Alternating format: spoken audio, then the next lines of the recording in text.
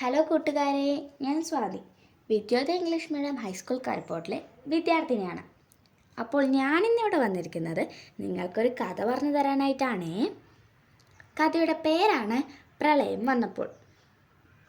KS. Raman എഴുതിയ പ്രളയം വന്നപ്പോൾ എന്ന കഥ നമുക്കൊന്ന് കേട്ടു നോക്കിയാലോ. ഒരിടത്തൊരിടത്ത് ഒരു കാക്കയമ്മയുണ്ടായിരുന്നു. ഒരിക്കൽ കടലിനക്കരെയുള്ള നാടുകൾ കാണാൻ അവൾ യാത്ര പുറപ്പെട്ടു. സുന്ദരമായ ഒരു ദ്വീപിലാണ് കാക്കമ്മ ചെന്നെത്തിയത്. അവിടെ വലിയൊരു മരമുണ്ടായിരുന്നു. ആ മരത്തിൻ്റെ ഉയർന്ന ചില്ലയിൽ അവൾ കൂട് കെട്ടി. എന്നിട്ട് അതിൽ മുട്ടകളിട്ടു. വൈകാതെ മുട്ടകൾ വിരിഞ്ഞു. 3 കുഞ്ഞിക്കാക്കകൾ പുറത്തു വന്നു. അവരുമൊന്നിച്ച് കാക്കമ്മ സന്തോഷത്തോടെ കഴിയാൻ തുടങ്ങി. അപ്പോഴാണ് ഭയങ്കര പേമാരി ആരംഭിച്ചത്. കടലിലെ വെള്ളം കാണെ പൊങ്ങി കാക്കമ്മയുടെ കൂടുള്ള മരവും വെള്ളത്തിൽ മുങ്ങുമെന്ന സ്ഥിതിയായി. ഇനി എന്തു ചെയ്യും? 3 കുഞ്ഞുങ്ങളെയും കൊണ്ട് കടൽ കടക്കുക എളുപ്പമല്ലല്ലോ. അതുകൊണ്ട് കാക്കമ്മ കൂട്ടത്തിൽ ഏറ്റവും മൂത്ത കുഞ്ഞിനെയും കൊണ്ട് പറക്കാൻ തുടങ്ങി. അതിനിടയിൽ കാക്കമ്മയോട് പറഞ്ഞു, കുറച്ചുകൂടി വേഗം പറക്കുക അമ്മേ. കരയിലെത്തിയാൽ വലിയൊരു മരത്തിൽ ഞാൻ നല്ലൊരു കൂട് കെട്ടിത്തരാം. പിന്നെ എന്നും അമ്മയ്ക്കുള്ള തീറ്റ ഞാൻ തന്നെ കൊണ്ടുവരാം. കാക്കയുടെ പറച്ചിൽ കേട്ട് കാക്കമ്മയ്ക്ക് ദേഷ്യമാണ് വന്നത്. നുണയാൻ കാക്കമ്മ പറഞ്ഞു.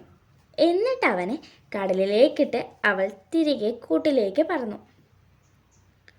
കാക്കമ്മ തൻ്റെ 2ാമത്തെ കുഞ്ഞിനെയും എടുത്ത് പറക്കാൻ തുടങ്ങി.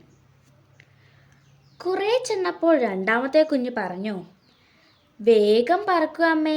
കരയിലെത്തിയാൽ എവിടേക്കും ഞാൻ അമ്മയെ കൊണ്ടുപോകാം.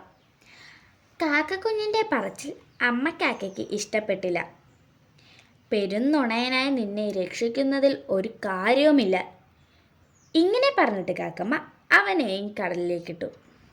കാക്കമ്മ വീണ്ടും തിരികെ ചെന്നു. അപ്പോഴേക്കും കൂട് മുങ്ങിത്തുടങ്ങി.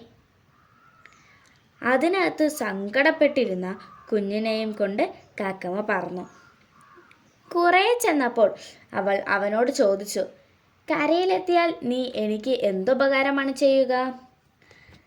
കാക്കക്കുഞ്ഞ് ഒരു നിമിഷം ആലോചിച്ചിട്ട് പറഞ്ഞു, എനിക്ക് എന്ത് ചെയ്യാനാവും?